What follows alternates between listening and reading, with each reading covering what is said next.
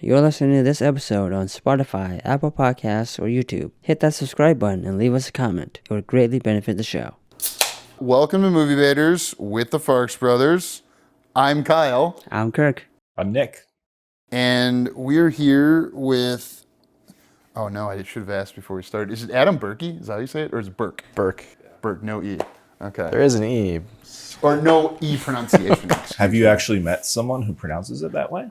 Or did you already have a couple of these before you? No, not that. I have met somebody where it was a surprising E sound at the end. Yeah, it's a common question. Burke. Okay. Burke, you got it. And, Common question. Yeah. Queefton. That's really self-joke. And Jud Nichols, plural. So Nick Farx used to have a last name that was not plural, and often got confused for having a plural last name. You actually have a plural last name, Nichols. Yeah. Yeah. It's like more of a tribe, I guess. Oh. A tribe of Nichols? I'm totally just playing jazz here. That's great. Spitballing. Okay, Yeah. cool. You guys are multi-hyphenates. Rank, and we'll start alphabetically. Word. Thank you. What are your multi-hyphenates in order of what's most important to you? It depends on the day. It depends on the project. With this feature film, it was my first time directing, so that was probably the thing that I was most excited about after the writing was done. But when you're in the writing process, like that's the only thing that you care about, right? Because none of the rest of it matters. And then once you're done directing the film, then you're in the editing mode, and then you're in the coloring mode, and then and you're a producer the entire time. So I don't really know how to answer that, like what's most important. It just really depends on the moment. Like it's, I think some people glamorize certain positions more than others, but you can't have one thing work well without the other. So yeah, I don't know. I enjoyed all of it. I really did. Before I go to Jud, I saw recently, and I might be wrong, but somebody posted the credits for the Christmas game halftime show that had Snoop Dogg, and I thought I saw your name as a production person on that. Was I correct? It was not me, no. There's an Adam Burke. There's an Adam Burke. No, that's a Berkey. Yeah. No, is it really? There's an Adam Burke in Chicago, I think, who's in the entertainment world, and I think he's even on one of those like PBS talk shows as a comedian. Well, he had worked with like it looked like the person was in the same credit as like local production people that worked on that, and I was like, oh great, that's someone who's gonna be on the show. I can ask how Snoop Dogg is. Well, it was not me. Sorry guys, you directed a whole feature. It's fine. We'll yes. Yeah. Jud, which people have already heard us debating and talking about before this. Jud, how do you rank your multi-hyphenates? God, I was gonna say the same thing as Adam. But he stole that answer. He did, yeah. On a Monday, like I'm, more so in lawyer mode usually. So between like being a lawyer and doing filmmaking stuff and yoga and boxing and Lover. Really, the lover sits at the top. Sunday. It bleeds through every day of the week. Continually brings this thing up where I ran into you that I assume it was a date. Do you remember this? And Leanna. That's so many. Yeah, but ones where I ran into you at a bar. I probably have seen you on more than one date now that I think about it. But okay, so I can tell Mrs. Farx you don't even remember. So it was fine that I was like, this is my friend Jud. You're on a date with him. As I think how that went, she was like, Jud must be so mad at you for being so obnoxious when you ran into him in a bar once and you were on, because we were on a date as well, Mrs. Farx and I. Got it. Yeah. I don't remember. And that didn't stand out to you. It stands out to me because my wife still is like, you really have to be like more of an adult when you see people you know in public. And I'm like, no, I don't. Who's going to make me do that? So how do you guys meet? What restaurant was this? You normally take people? Northeast. CC Club. Free House. That was Free House. CC Club? That's not Northeast. That's I have gone on a date to the CC Club. Have you? It worked. So I don't know. It worked. Define. What does that mean? Working. I am not being interviewed. Start a podcast and have me on. Yeah, you can't do that. How do you guys meet? What's the meet cute of that? CC Club. No. Yeah. Was it a date? Was Jud on a date? Adam, you ran into each other? He didn't know my multi-hyphenate, so I was covered. No, we were at a THC release party thing that was in town, and we had a mutual friend who said, "Oh, you guys need to meet each other," and we just exchanged information, and then like the next week, I think we went and grabbed coffee and. Yeah, Adam asked me to get coffee, and I don't know if I told you this, but I thought maybe you're going to try and like sell me something. So I almost canceled. It's like, I just don't know if I have the energy to Say no. to say no, yeah. Turns out I did. Still 2 years of your life. Yeah. You didn't present it at the coffee. No, and but we got along, not that you asked this, but yeah, we got along pretty much right away. And then I don't know, the objection for non-responsive narrative right now. Sure. Thanks for using lawyer speak. I totally understand that. Jud, you were a reality TV star. Do you want to talk about that? Yeah, we're going all the way in the interview. Right, yeah. Is that the start of your like entertainment career, would you say? I mean, I don't really have a career, and I'm definitely not entertaining, but I would say that was the first like project I was involved with. That was like, did you guys know about this? No. The not at all. film? Jud's a reality TV star. No, I know Was that. it NBC? This, I'm like, 2011, trying 2012? I was just trying to avoid being redundant. I'm not like testing the room. I did not know about the reality TV bit. No, at first I thought we were. We're friends with reality TV. Well, I'm friends with. Oh. Well, I don't even know if Jud's our friends. We're colleagues who know each other, acquaintances in Minnesota. Yeah, reality TV You stars. guys do couples dates together. That's what you're friends. Only spontaneously. Do you guys couples date together? You're married. I am married. We've never done a couples date. No. I've never gone out with. I haven't gone out with someone like enough times to where I would present them to someone and, like, you know, that'd be too contrasted. I hear that, but maybe it's like your new romance continues Adam's already thriving romance with his partner. There's your fucking move. Just you guys on a date. That's the next one. Right. No, I had the reality show was so what was cool about it was like it was filmed on like a remote island, and I think I said that twice because it sounded like I said Rhode Island the first time. Were you in Rhode Island? No. Oh. That's on my list. But we like filmed each other, so there was no like formal. The cast and crew were the same thing, so I don't know. I just spent a lot of time trying to learn how to use the camera rather than, I don't know. It was like a great learning experience because 4 of the people were professional camera operators, and we had the whole month to, you know, do stuff relative to survival. But in all the free time, I was like, hey, show me how to use the camera. Wait, it wasn't like an elimination show or something like? Obviously, I've watched every episode. I just don't recall because I didn't live it. I mean, people left, but it wasn't like a formal The audience. competition. Mostly. Wait, do we name the name of the show? What's It's called the The show? Island. The Island, uh-huh. The Island. Every time I say that, people are like, oh, I've seen that. I'm Like, it's "Really?" Scarlett Johansson? Yeah. The Island. Ewan McGregor. The Island. Yeah. It's a Michael Bay movie. It's the first one of his that didn't gain profitability, I think, in the theatrical run. I'm sure there's been several since then, but actually, no, Mike, I don't believe that about you. I'm sure he watches.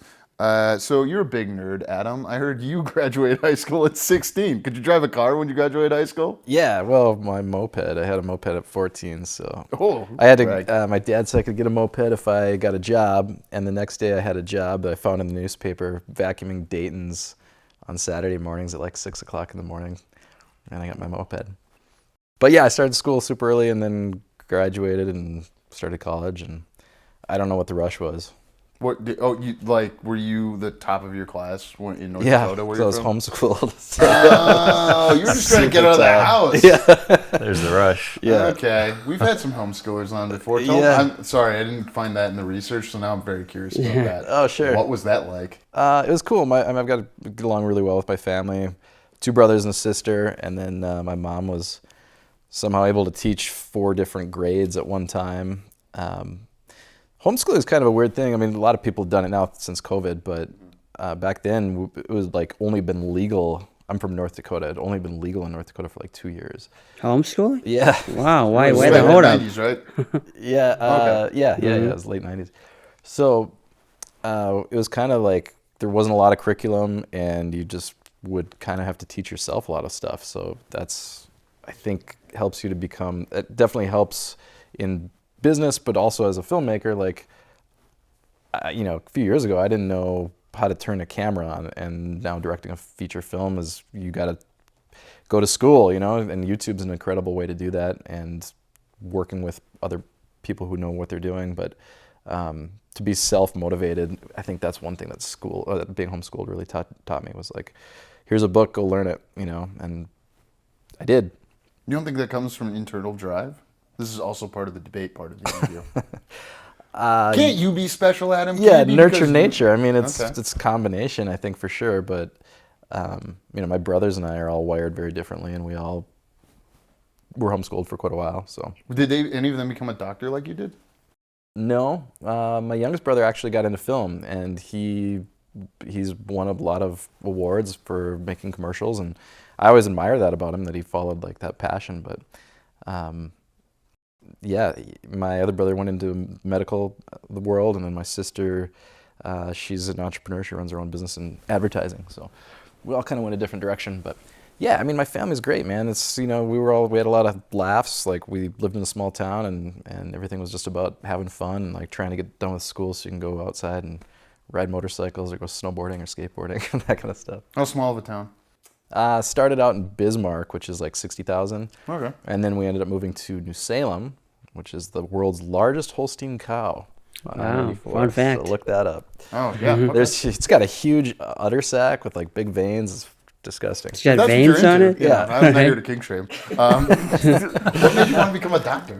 Veins. A chiropractor. Yeah, I was gonna say, let's clarify there. It's there was chiropractors that my family went to, and I thought they were interesting guys, and they seemingly had a good life and stability, and they enjoyed what they did. So yeah, I shadowed a few different doctors, and the chiropractors seemed like they had the best gig as far as like how many hours a week they worked. They weren't on call, that kind of thing. So yeah, I went to school for that and became a chiropractor, and did that for like 10 years. Nick's seen a lot of chiropractors. I don't know. Like I'm a recently? frequent visitor. Yes. Like romantically. Oh, maybe I think that could be my sugar. Dude, while she's got like she's grinding, I don't really know how. yeah, it works. that's You a guys good know. idea. Actually, You I can quit my job. Yeah, Find an attractive chiropractor who finds you attractive. And yeah. do you have any questions for Adam about like how you? Yeah, which injury should he approach them with in order to start a long-term relationship? Oh yeah, how should he flirt with his chiropractor in the future? Broken. What's the credit bone score. there? I think that's always a good one. No, Did someone come in with you? Did it say, "Hey, I'm broken. I've got a broken credit score"? Is that the joke they tell you? I don't think so, but I'm sure it's happened. No, chiropractic was fun for a long time, and then I just kind of got burnt out on it, and you know, I'm sure we'll get to more of the meat of that story, but like I had a pretty quick career change. That's a great tease. First, we want to talk about me, obviously. Jud, when did you make the transition from making reality television into making stuff? Because you were introduced to me by somebody else, as I recall. Like, oh, you should reach out to Jud Nichols. He's a camera guy or something like that. He's big into making movies.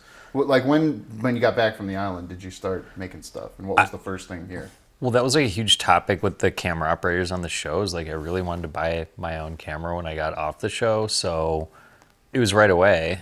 And part of it was, I mean, I was auditioning for everything back then. Like, I did short films, student films. I was just saying yes to everything. I did improv. So once you do improv, you say yes to everything, you know? And then there's the rest. So yeah, I think, and it was just right away, man. I just like, and then I think after seeing myself on TV and stuff, I just started moving towards being behind the camera. What were some of the projects you shot first? Like, what were some of your things first behind the camera? Because I know you had stuff behind the camera before I met you in like 10 years ago, 10 years ago, something like that? Yeah. I mean, I did a 48-hour, like, pretty early on. We had some success with that. It was like the 48-hour horror film festival. And that was like the first competition I ever did, and we won. I mean, there was only 10 films, but still. It was fun at the time. And then after I did improv with my cousin and my buddy Paris, we would just meet every week and like make we would just make a video. We would, like, from concept to being done shooting, we'd just come up with something and try and make it funny. To tie it back to the conversation we've already had about Wet Paper Bag, Paris is in that movie. Yeah. How'd you meet Paris? I'm really curious about that because he's My cousin was working at Old Chicago in Uptown, and Paris worked there. And I wish I remember our initial interaction, but it was like I realized he was like kind of a roaster, like he was making fun of me and I was making fun of him, and it just like I feel like we've been hanging out making fun of each other for whatever 15 years. Okay. Very cool. How do you recall us meeting? Double date. No, it was definitely me just like messaging him randomly over Facebook. Well, you slid into his DMs. I slid into his DMs. I friended him and slid into Silent killer over there. Yeah. Oh, Wow. so beware. How's of it Kirk get it of done? coming and Yeah, get teach me dead. your ways, cow. I am single celled right now. You are. Go on. I remember you presented me with your ideas for a hitch list pretty early on. Oh. Okay. I came to you and said, hey, I want to make this wedding DJ show, and then... I know that when you brought that up and I heard the idea, I was like, this is fucking awesome. Like, Okay. I always really liked that idea. I do too, still. It's very hard to sell. Right. We made one ourselves, obviously. Yeah. And we've shown it now in the past 2 years in the theater, so that, counts for something. Yeah, that's great, man. I feel, that's how I remember meeting you. And then, there was kind of there was a group associated with that, and we just used to talk about making stuff, and yeah, that's how I remember it. Did you fall off making movies for a little while and then come back with a vengeance? So you liked Wet Paper Bag, huh? No. No, I've shot everything, man. Like, I'm always shooting stuff, even if it's just my phone. I think I just kind of got into I took 6 months off of work, and I was traveling, making short documentaries. And then I had helped my old friend Josh with Danny's Game. I helped him shoot that, and I helped him edit that, and that took up a huge chunk of time. That was a feature, right? Yeah. And the final title was Danny's Game. Yeah. Did it start with a different title? The one Bill Cooper directed, right? Yeah, it started as Beta Fish. Beta Fish. Okay, Beta Fish. Yes. Yeah. I like saying Burke. Beta Fish just to mispronounce it. just to Burke it up a little bit. Yeah, just to Burkey it up as much as possible. Yeah, no, but I think just doing all those, there's so many doozies, and I'm not calling that a doozy. I'm not calling that a doozy. I am. There, you do all these projects, and you just learn little things along the way, and I don't feel like I ever came back with a vengeance, but I would say our current with Wet Paper Bag, this is by far the most I've ever put into a project, from working with Adam on, the conception of it to now having a private screening set for tomorrow. This is by far the most thought and effort and intentionality and whatever it is that goes into making something. It's just been a lot more. Does that make sense? No. What I was wondering in my head is you're both people with postgraduate degrees, which I find interesting. Do you think that you guys get along because you're in the, 1/9 of the population in the United States that has, is it 1/9 or is it less than that? Sounds right. I think we get along so well because I don't think I can be offended, and I don't think Jud can be offended, and we go deep sometimes on each other, and Oh, all right. and yeah, I think I'm not ready for Kirk, though. Oh, cooking something over there. Never see you coming. He heard that, he was like, oh, all right. whatever you're ready to get in there, just, Yeah, ask and that. go deep. I go like you do on me. You're my soul Yeah. chiropractor as I see it. Well, God, all right. that's excellent. But I Put can that on your honestly resume. say that Jud is far smarter than I am, and his vocabulary is far better than mine, and I'm a terrible speller, amongst other things. But yeah, his the fact that he's very intelligent makes going through dissection of a script and getting down to where you're looking at each individual word and the punch that it has, and it's yes, it's got to resonate on an emotional and also logical, and also how many layers are there to this scene, and we break stuff. I feel like, as he was alluding to in what we were talking about with how much effort went into this movie, it's the intentionality of everything. It's the intentionality of the wardrobe, for that specific scene, for that specific character, for the haircut that we asked them to have, and little things like that I think on a smaller indie project you probably don't see as many people. I don't know. I know for me, I first looking at a project like this, I never thought about all those little details, and so that's something that him and I have spent endless hours just like droning on about, and I don't know that. So if that has anything to do with his acumen or his ability to have a post-secondary degree, I have no idea, or a postgraduate degree. All right. Well, the other thing I was going to say is I really don't know what this is, but when it comes down to like this or that's with like extremely specific artistic decisions, it seems like we agree the vast majority of the time. I don't know where that comes from. It's like, this sounds better than that. Why? Because it's got the grit that it needs, or like that delivery is a little bit more we're going for because it would make that other person feel this type of way. Just our like general artistic sensibilities, if that's what you want to call it, I would say are like almost completely aligned, but then there's a little bit of non-Venn overlap, which we don't agree. And then I think we've found ways to sort out which decision has to be made without being like, too disagreeable about. I don't know what that is. There's a whole thing there. You know what I mean? Like when you're looking at it, even in an edit, and you're like, it's like this one or that one. How many people would you align with so often? And sometimes it's things that there aren't even words for. Like music in particular, I think is super ineffable, but we had very strong opinions about how it should sound. And when it sounded really good, like just felt like we were on the same page almost every time. Yeah. It was uncanny. I mean, it was like, art's so subjective, and so and we have strong opinions, and so it's like, this has to change, and the other person would be absolutely same page. I mean, we have so many text threads that are just, that's how they end. Yep, same page. Yep, same page. So it was weird, but it gave, I think, with all the decisions that you make, it gave you a sense of confidence knowing that like, if it's wrong, at least you're not the only one that thought so. No kidding. Right. You're both in the hole together. Right, you can say that. Where are you at that one, Kirk? I don't know. It's also like some sexual innuendo we got to bring up No, here. I was thinking of Like, John go deep, Spencer in the West when same you're talking hole. about helping people get out of a hole. But okay, you and your sexual thoughts can. Let's stay get in off this of corner? Kurt's sexual thoughts. God, of course he says And get you off. mentioned a meaty story. Don't do anything with that. What's the meaty story you want to talk about? I shouldn't say you want to talk about, but it may lead into, hey, you had a rapid career change, and now you're in entertainment. Right. So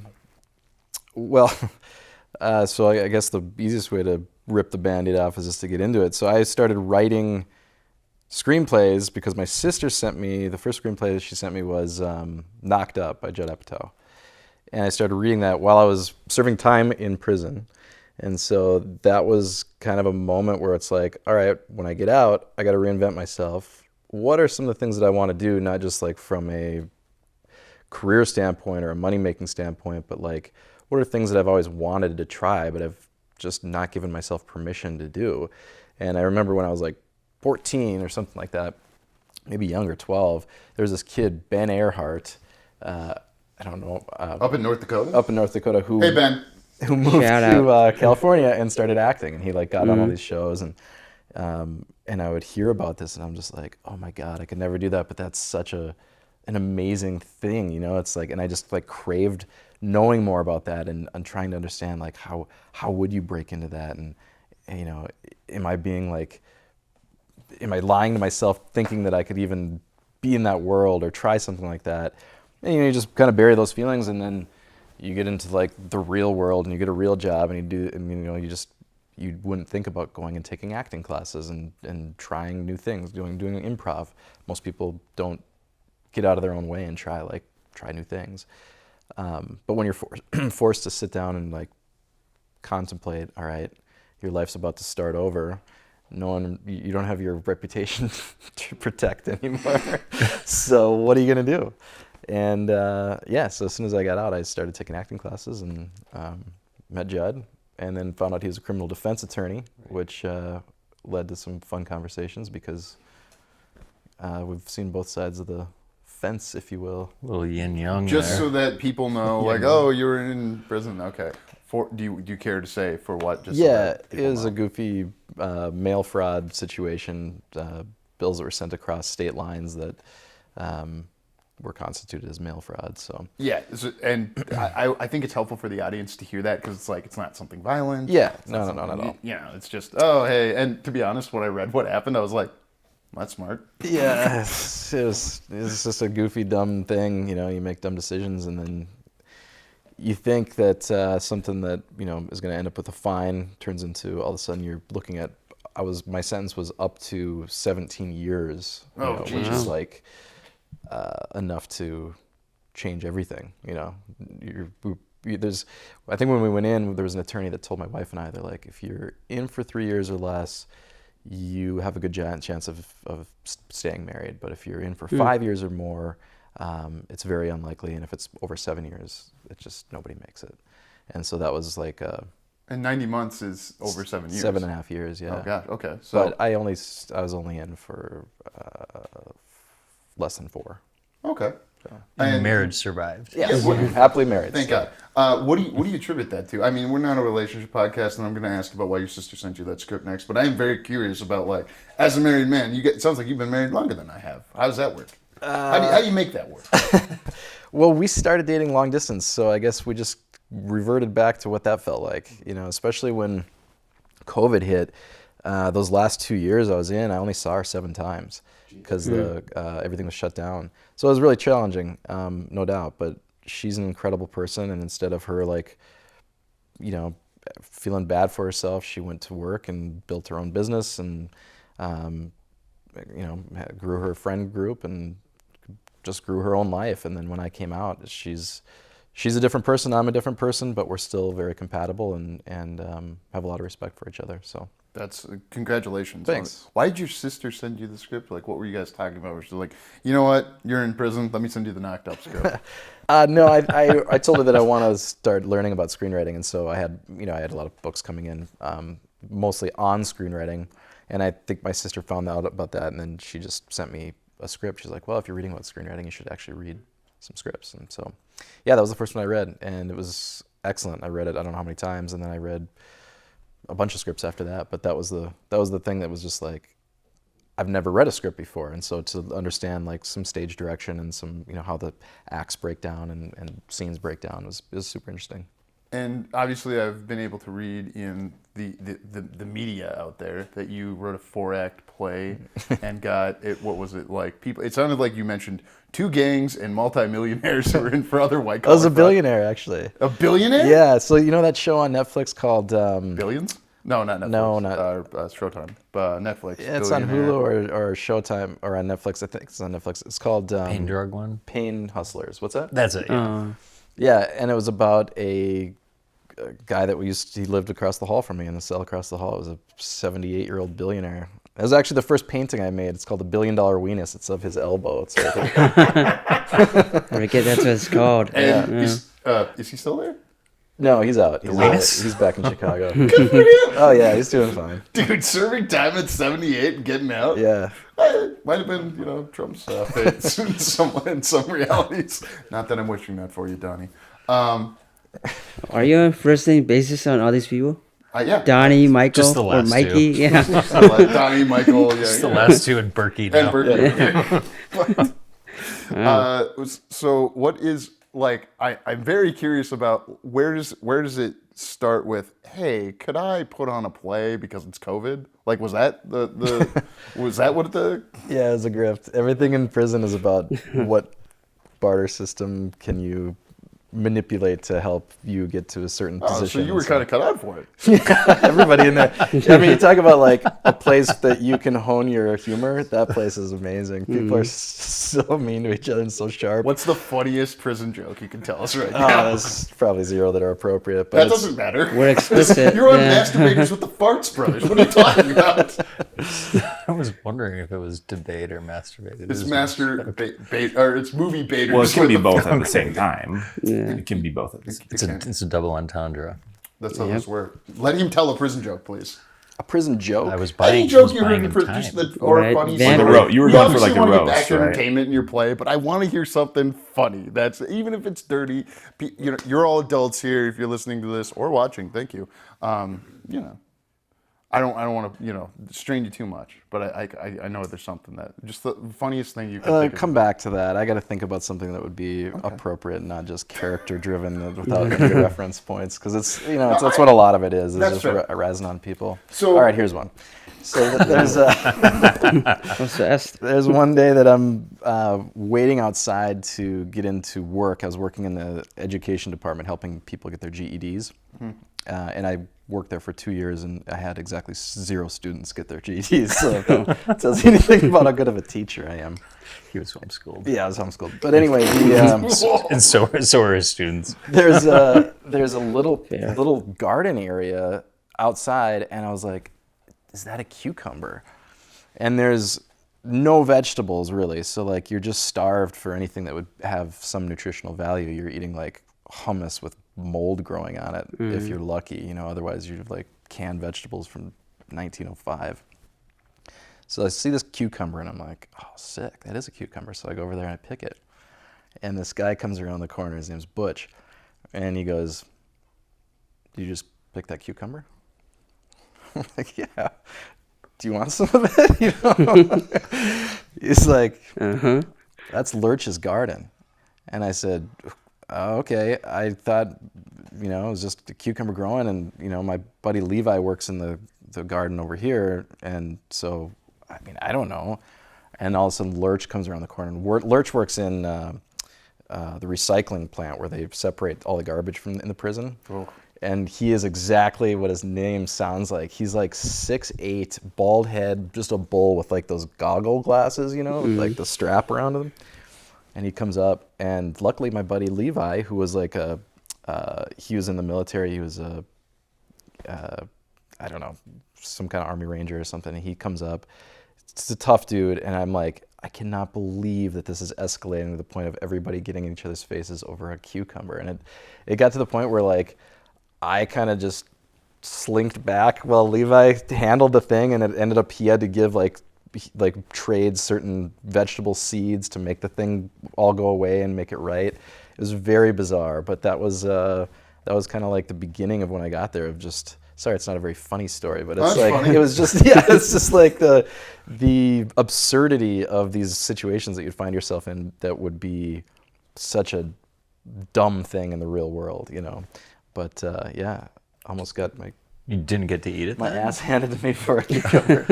I did not get to eat the cucumber. Yeah. You gave it back. Lurch took it, yeah. Okay. Like, you voluntarily gave it to him? Oh or yeah, I took gave it to him. Yeah, No, okay. His hands were like this big. Did he snatch it quickly from you, or do you remember the exchange?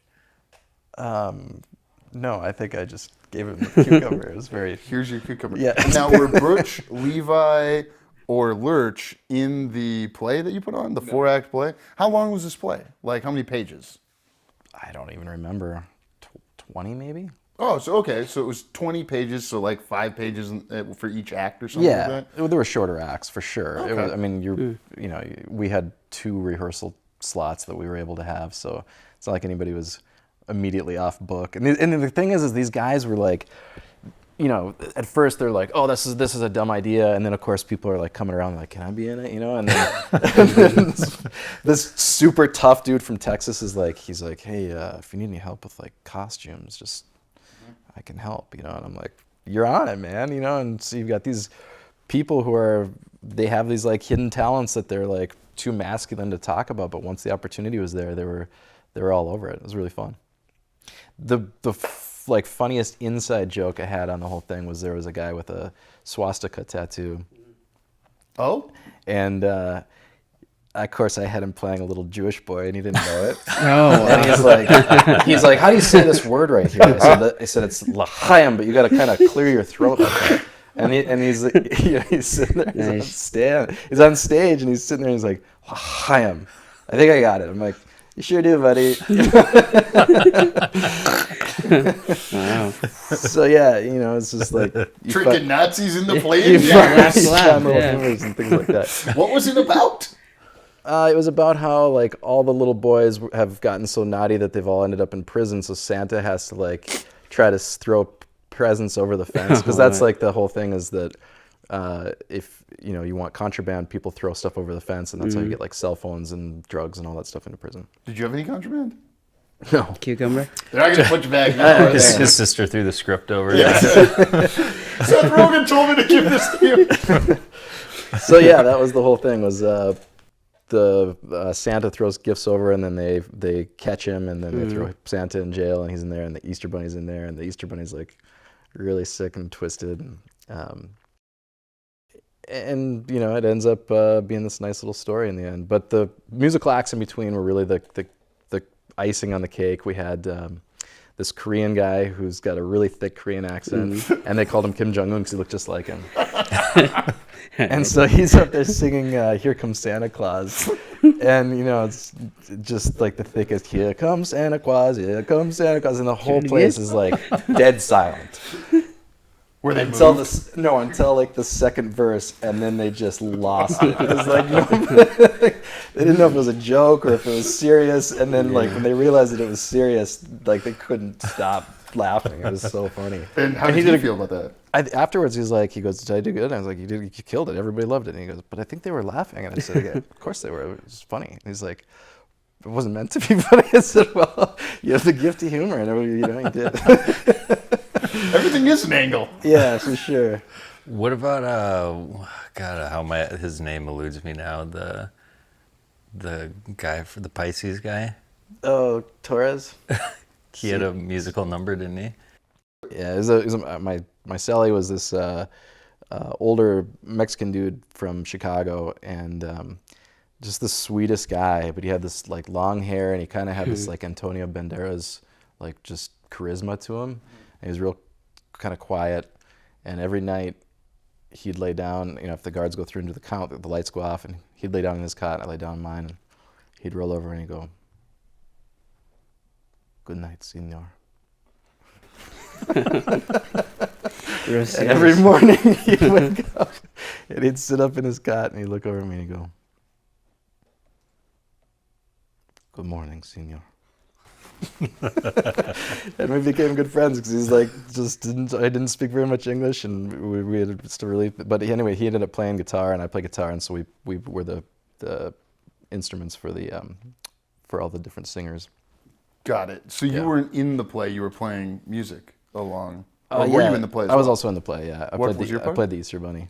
Yeah. Oh, so you made the Easter Bunny. What made the Easter Bunny specifically sick in the play you wrote about? Oh, just how his wife died.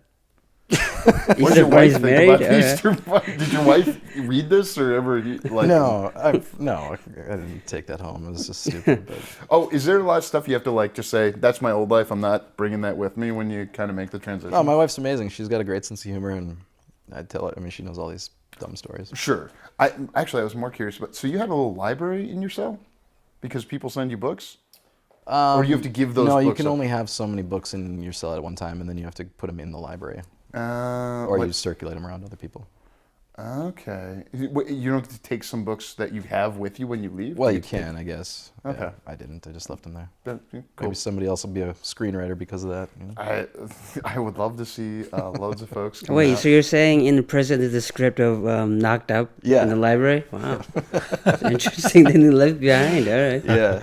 Somebody's reading that like, really? Is this what happens when babies come out? Oh my gosh. Nice. But when we met for coffee, Adam had mentioned like he had learned so much script writing during the time that he had spent, and then he offered to like send me some of the things he had written. And while we had a good conversation, a lot of people write a lot of things. You never know how it's going to be. And I was reading some of his like. They're like more like scripts for like skits or short films, and I was reading them. I'm like, all right, it's actually fucking hilarious. So I didn't expect that necessarily, and so we endeavored to like just try making one. He's like, just pick one if you think it's funny, and yeah, so we made one of his skits that's called like Addicted to Love. It's about like a woman that goes to like an AA style meeting, and she kind of steals the show because she's addicted to love, and even when her sweet baby boy is on his first date, she steals the kiss. And yeah, you'd have to see it, I guess, but it's a banger. Yeah. Where's the move? Yeah, in all of our hearts once we've seen it. But no, I think I have it on Vimeo, and you have it on YouTube. Yeah. And then we submitted some stuff to like Scream It Off Screen, and then we did Z-Fest together and won some awards with that. So yeah, we started off just making some little sketch comedy stuff, which is great. You made the one where, was it the kid falls down and is paralyzed, right? Yeah. And then something with peeing across an alley is how I remember that one. What was the name of it? Wildcats. Two different things? Two things happen. In the same movie? In the same movie, guy becomes paralyzed. Someone got paralyzed and... Were you the paralyzed guy in the movie? Yeah. Yeah, that's right. Is that because you just didn't want to have to like walk around? You wanted to sit down the whole movie? Is that the deal? No, it was a cool wheelchair though. I thought like after you doing the movie with the camera in the toilet to then come back with another pee-pee movie, and I was like, all right, Jud, what's going on? But it was funny. Which one? Both or the camera one? So when I saw it, Nick and I were so blasted at that point because we had come earlier, and I don't remember how I was getting home from that one, but I had a good time. What was the impetus there with the camera in the toilet? Dude, that was I was dating this woman, and she was super uptight, and she like I remember like right before we broke up, she told me that she was like just starting at this new law firm. And she was like, the partner invited us over on Friday to like have drinks or whatever. Like, I don't really know what to expect. And I was like, well, don't worry about it. Like, I'm sure he'll have wine and appetizers, and, you'll have to go to the bathroom. There'll probably be a camera in the fucking toilet. And she like didn't react at all. And I walked away after having said that, and I was like, I think that's funny, like I think that's funny. Yeah, I would have laughed. I came up. It's not like I had that in my back pocket. I was spitballing. I came up with it, and when it left my mouth and went into her ears, I expected laughter and heard none. Maybe it wasn't delivered in a way that was funny for her. I not to defend her. She's not here. I don't care. God, making my blood boil, Kyle. No, you're very funny, Jud. We had Jared on the show, and he talked about, man, when you had Jud in his movie last year, and you're just, yeah, man, that's really, like, I loved that. Yeah. No, but then after, I remember, and we broke up like days after I had told that epic joke, and amongst several others. It'd go over really well in prison, I'm sure. Yeah. Torres would have loved it. And then after we broke up, the script just poured out of me. Oh. It poured out of me, guys. What's the deal with you and Mike Breeden? Like, it'll come up more. It's obviously come up in what we've already talked about, but like, dude, it was on that short that Mike and I hung out the most. That one's called Jungle, the one with the camera in the toilet. Okay. And I, actually, because there's a punchline at the end of that, and he gave that. It's like one of those things where I wish we had all the outtakes, because every time he said it, like, the camera must have been shaking violently because we were laughing so hard every time he would deliver it. And then it was like he would try to deliver it and he would start laughing. And yeah, I feel like that was like the first time I really like spent a lot of time hanging out with him, and we just laughed so hard. And now, Adam and Mike and I have hung out so many times. Mike is just like, just genuinely hilarious, and amongst other great qualities. And he was on a very short list of people I got Christmas presents for. Oh wow. That's touching. Yeah. What was it? It was a little hand-painted dish from Portugal. Did you go to Portugal to get it, or? I did. Okay, nice. Not to get it, but you got it. No, you just went to Portugal to get that. When did you go to Portugal? Sounds like recently. Yeah, my wife and I lived there for the last 2 months. We got back like 2 weeks ago, 2 weeks ago. You lived in Portugal? 3 weeks ago? I don't know. That's more interesting than the prison thing. Why don't you start with that? Stories are Portugal's good. Amazing. Yeah, I would highly recommend it. It's as soon as I got my passport back, because I had been without for almost 10 years. So okay. Yeah, it was great. We got on a flight, and my wife has a job that she can do remotely, so we were able to go over there, and What's the time difference? What, you have to just work later, or Between 6 and 8 hours, depending on where we were, and okay, but it's mostly 6 hours okay, 6 hours ahead. So like, if whatever time it is now, add 6 hours. That's what time it is there. Got it. So you're getting work done for the next day before everyone wakes up, and Yeah. then they wake up, you go to sleep. I work with a lot of folks in India, so Okay. this is Yeah. that 6 would be preferred to 8.5. I'll put it that way. Wait, no, that can't be right. I don't know what it is with India, but it's. Well, Jud's traveled all over the world too, and I'm aware. yeah, so that's kind of a fun thing, you know, and it's just one of those things that changes people's perspectives when you travel a lot, I think, and see how other people live, and it opens, I don't know, just opens some different doors, opens some different rooms in your head as far as like what should be or could be, or, you know, how we look at what we consider to be normal and what, you know, does it need to be that way. What did Portugal change about what you think of as normal? I told Judd this, I think, maybe the first 2 weeks I was there. Just Keep because them honest. there's just such a turbulence in the U.S. right now, and I think specifically in Minnesota, especially today, right? But We're filming this on the day that a woman was shot by ICE fatally. yeah. So getting over there and just seeing that there wasn't, like, everywhere you go, there's not TVs on every wall. Yeah. People are just like, they're more engaged with each other. There's a lot more just hanging out, communication for the sake of hanging out. And then it's just a little bit slower pace of life. And so what I told Jud is like, I think that this place is like kind of reinstilled a sense of like my appreciation for humanity, because people were genuinely nicer to each other.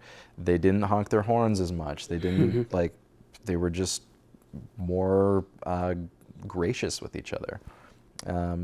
And like the service, even like people at the meat market, or people that were like, everyone was just seemed like they were really passionate about their work, and as a result of that, they gave better quality service and better quality food and better quality drinks, and you know, and everyone wins in that scenario. So it was just kind of it was an enlightening thing. It's like, oh well, if everybody tries a little harder, everybody wins, and that's what it felt like over there.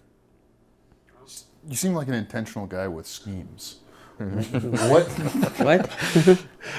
Great. No. That's what he learned about your trip to Portugal. I'm going somewhere with this. I know if I ask you, he'll be like, I don't know. As I'm seeing where the wind takes me and that sort of thing. Yeah. You must have some idea of what you'd like to do after now having completed this feature. I know you're going to have to do a festival run. Big Jim Cameron said, you wouldn't ask a woman when the baby is crowning if she's going to have another one. So I recognize I'm kind of asking you, the woman with the baby crowning, you know, former doctor. But what's next? Like, what do you see? It's more of as like crowning out of both of us. It's like a requiem for a dream situation right now. Oh, yeah. So I love that. It's real special. Yeah. You remember that part of Requiem for a Dream? Is it ass to ass? So we gotta watch that again, guys. Right. I got it on 4K. I bought it on disc 4K I'd never seen it, and I was like, "Hey, this is a conversation." The comes up in conversation a lot. I'll watch it. Oh, dude, I used to fall asleep to Requiem for a Dream. I have no idea why. You don't need to explain anything more, Jud. Adam, like, what's next? do you have another feature in you in the future? Oh, for sure. Yeah, Okay. I've written a few more. I've got, you know, when I met with Jud, I was like, he's like, so you've written some sketches? I'm like, yeah, I have like 74 of them written, you know. It's like, because you just have a lot of time. So I would challenge myself in there. It's like, you know, can I write 30 in 30 days? Because I read somewhere that like that's, you know, you should try to just write every day. And so I wrote 30 sketches in 30 days. They're not all great, but it was fun, and it just kind of like helped you to get that muscle worked. But yeah, back to your first question, like what hyphen do you enjoy or appreciate or respect the most? I think right now, because we've spent so much time in the producing and directing and editing and coloring and all the finishing of this film, I'm really craving getting back into writing. So yes, I'm very excited about that. I don't know what it's going to be yet. We were just actually, Mike Breeden and him and I were out the other night and talking about some different ideas. So we'll see. What are your writing habits as of today? Based on you saying all that cool stuff, like, man, you got to write 30 in 30 days. No, I definitely don't do that right now. But I miss it. Yeah, Okay. I'm craving it. No, today I got up at 4:30 to try to make sure our DCP was done so that I could get over to the theater, and we're still waiting for confirmation that it's ready to go for our screening tomorrow. You'll be fine. Yeah. Don't worry. Did you make the DCP yourself? Yeah. You did? Mm-hmm. He does that. I mean, What? Isn't that I mean, hard I to can. do? Amber and text Isn't you it tomorrow hard? morning. But isn't it like a hard thing to do? Not really. it used to be like you had to go to a place to do it, and pay like thousands of dollars. But yeah, I mean, like we've had one of ours not work, but only in one place, only at Catalyst, and it worked. The same DCP worked at a different place. I don't think I fucked it up. No, that one wasn't. It's not your fault. Wasn't on us. Yeah. Yeah. Okay. So I mean, yeah, there's still things you have to do, but like, And that's for anyone that doesn't know, a digital cinema package, I believe. yeah, Something like that. The P means package, not protocol. package. Yeah. Oh, P for package. I'm pretty sure it's package, or maybe I just like the word package. I don't know. hey, I love it too. Yeah, a lot of people like packaging. Well, to wrap up this package, let's ask our guests. Oh, nice. On the heels of Christmas. Yeah. Let's ask, who would you ask we recommend to be on the podcast? I was going to say your mom. It's a pretty good one. We haven't gotten Yeah. that one yet. Judd specifically, nice job. or No. She Kirk's wasn't. mom. She was Kirk. not. Oh, my mom. well, we're Yeah. brothers, so we all have the same mom. Oh, you're all brothers? Yeah. The we are. Farx brothers. What did you think Farx brothers meant? Well, I just thought you two were brothers, and okay, Nick Farx, Kirk Farx, Kyle Yeah. Farx. I got it. You gotta explain. Yeah, explain the joke. origin story. People think you're serious when you say we're brothers. When I say you and I are brothers, yes, they do think that because you know, Yeah, wow. yeah. Oof. Yeah, even though the Harsh. only sibling I actually know of that's in my not Farx family Uh-huh. is of color, but yeah, I don't know. What's the joke? There's a joke to it? I'd like to hear your version of what our joke is because I'm actually confused. It's branding. to me. You came up with this fake name for us Okay. one day that I I like didn't. it. I didn't know that, so I'm sorry. didn't either. I should have done my I research. No. love that name. Totally fine. I stole it from the Sparks brothers, who don't like to be called the Sparks brothers. They're just like to be called Sparks. Is that real peanut brittle? I think so. Yeah, I think. Are you avoiding the answering the question? Yeah. I don't remember. Recommending who the somebody. next person is that should bring on? Not the next person, but someone you would recommend that we reach out to ask to be on the show because you know them and they're an Upper Midwest content creator of some. I hate. I'm so sorry I said content. Upper Midwest filmmaker, TV. It doesn't have to be film specifically because some people make TV, some people are commercial, but somebody making some sort of video content. I think the person that I have seen their stuff. I mean, you've already had Jared on. Obviously, we're big fans of him. Jake Kelso's amazing. Matt Osterman, he's somebody that I follow. I think he does really good work and seems like he's doing things to help the community. Dude, what if you had Terry from Scream It Off Screen on here? He's amazing. You're talking about people that. So Matt and I are in conversation. The person you said before that, Jake Kelso? Jake Kelso, won't come on. Jake, I know you watch sometimes. Oh, now you call him out on it? He said he doesn't want to come on because he's afraid of Yeah. being on podcast. Some people are afraid of being on podcasts. I applaud you. Oh, tell Mike to go with Jake. Oh, There you go. Mike and Jake. There Can we you go. imagine? We'll get. Perfect. Honestly, I thought you guys were going to say Mike Breeden like that. And I thought it would be over, but Too easy. Yeah. Well, we didn't know if you needed someone to show up on time and stuff. It's not an issue here. Some people are Mike kind of showed like up on time in the things I've worked with him on. I've only worked with him on one thing I can recall. But one tracks. thing. And it's not a good data range. it's one data range, but he had to show up multiple days. Yeah. Oh, He's okay, like, sure. I've done a number of things with him. One is a number.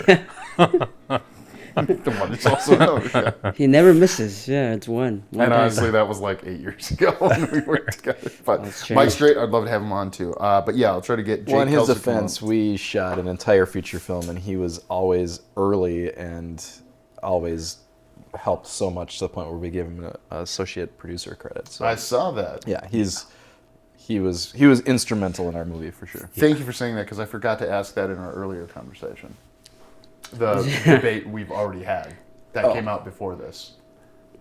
Are we ending soon? I'm dying to know what you guys thought of it. You like Yeah, this? we're Some of going the to end first this right here. This Yeah. segment. This Okay, segment's ending. sorry. Thank you for listening. We'll catch you guys on our next debate.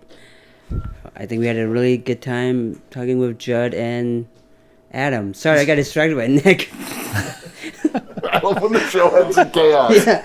Thank you for listening. For more JK Productions, find us on Instagram at JK Productions Team and on Facebook, JK Productions MN. Join us next time for another bait.